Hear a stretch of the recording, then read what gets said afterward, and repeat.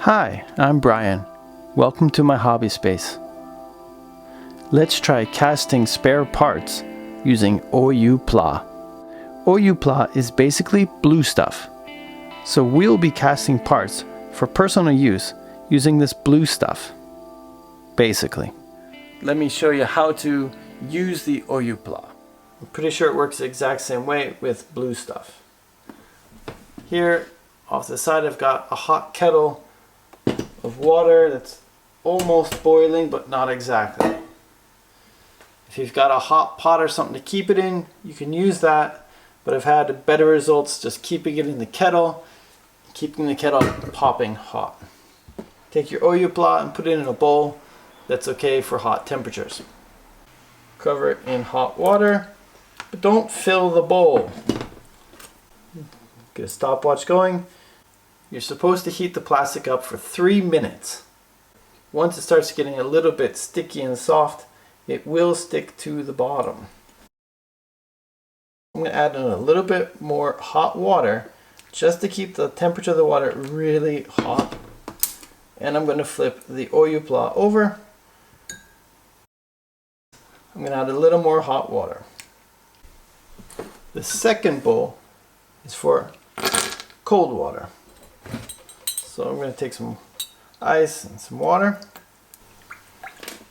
Okay, it's been 4 minutes. What we want to do next is take another plate and we're going to take out the Oyupla, or the blue stuff. I'm going to wad it up into a rectangular shape, get it compressed and make it about twice the size as the piece I want to copy. Don't just stick your fingers in the hot water. Use a fork or chopsticks or something you got so you don't burn yourself. And you want to keep it really warm if you really want to get those details. And you just take your piece, place it on, push it down in the best you can, and push it in. Put it in the cold water and let it sit. You can see it's got a lot of the detail there in the blue stuff. Sorry, Oyupla.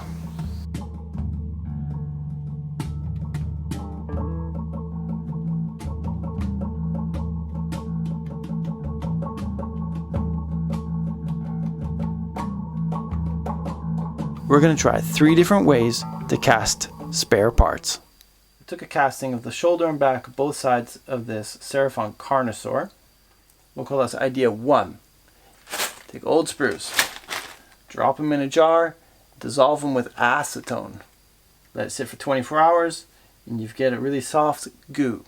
For the sprue goo dissolved in acetone method, I've got my mold.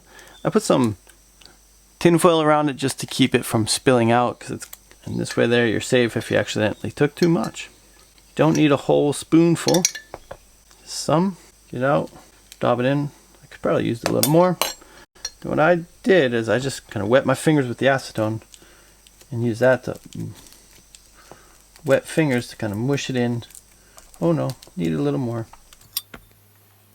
Doing this way, it's not perfect. You might get some air bubbles trapped under there, but if you practice, I think this is a really good cheap way of doing it, and that's all there is to it. So this is really fast, and you got yourself a casting. You just gotta wait for it to dry.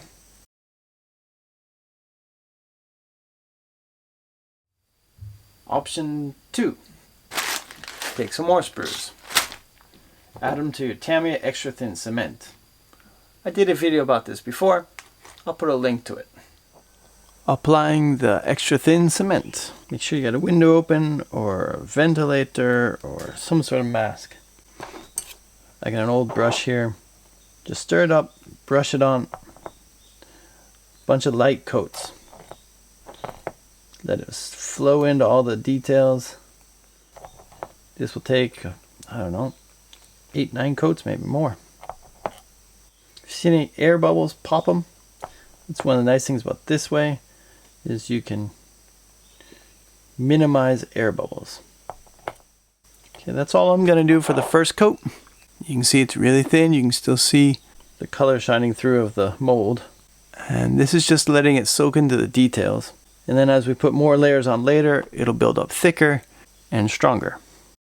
That's the Tamiya Extra Thin Cement glue way of doing this.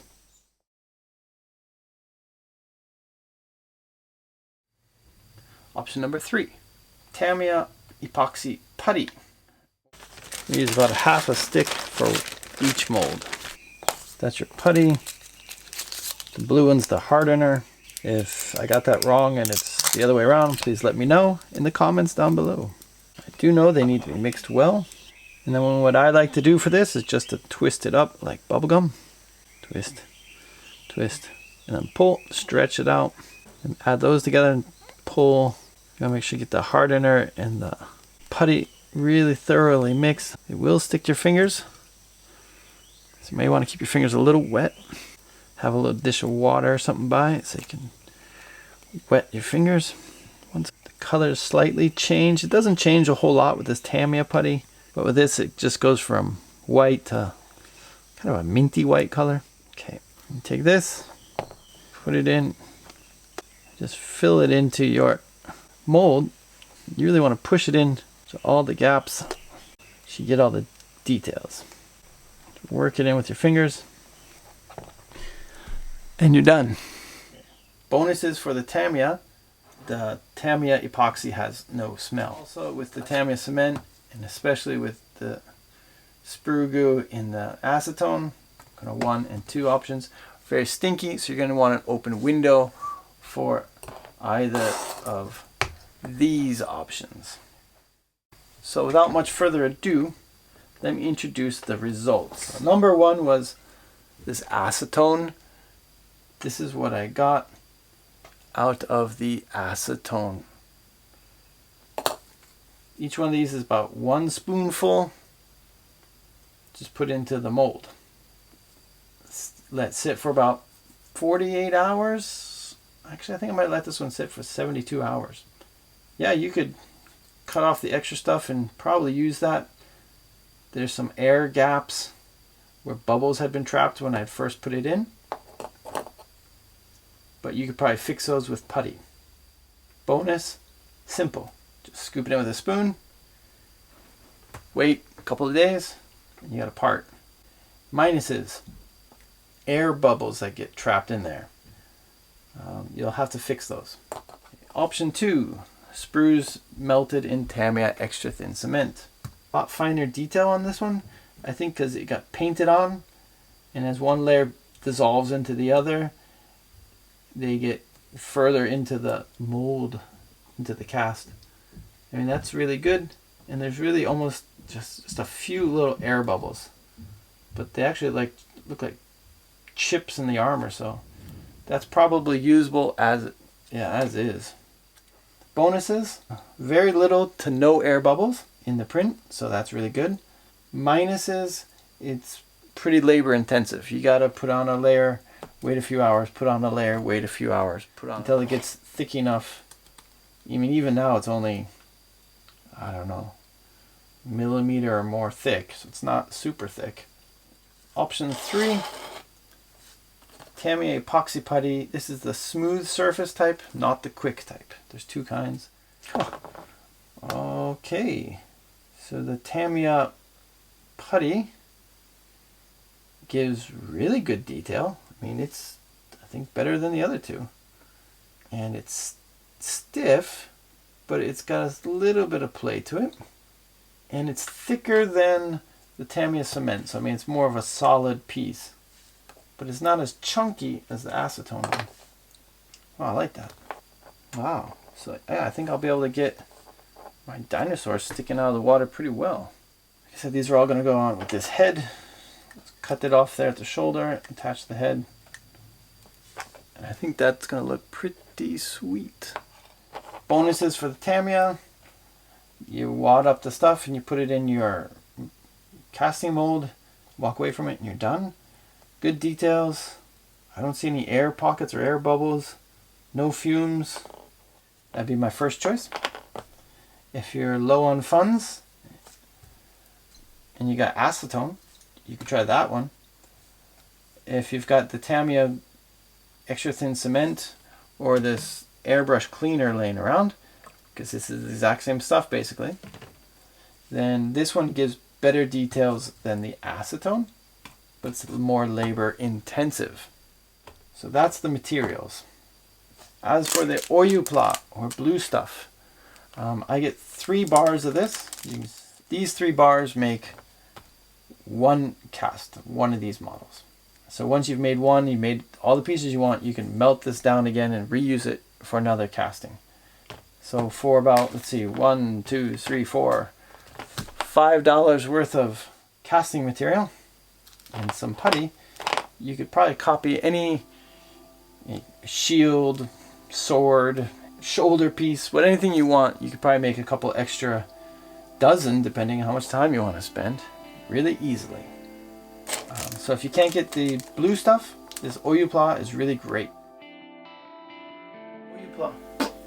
This Oyupla is a really simple product to use. I highly recommend trying to make extra parts if you need them using this. As for the material to make those parts with, I think the putty from Tamiya was the clear winner, although the melted sprues in glue and the melted sprue in acetone both had some successes, but they're a little trickier and they're going to take some more practice. If you got any questions as to more in depth of what I did, feel free to ask a question. I'll get back to you as quickly as I can. Stay safe, everybody. Have fun with the hobby, and I'll see you next time. If you could hit that like button down below, and maybe the subscribe button too, that'd really help me out. Please come back for more videos about painting, modeling, and other tricks of the trade. I'm no pro, but you can learn with me, and we can learn together. That's what this hobby is supposed to be about. Having fun, painting, and learning things with your friends. Thanks so much for watching, and I'll see you next time.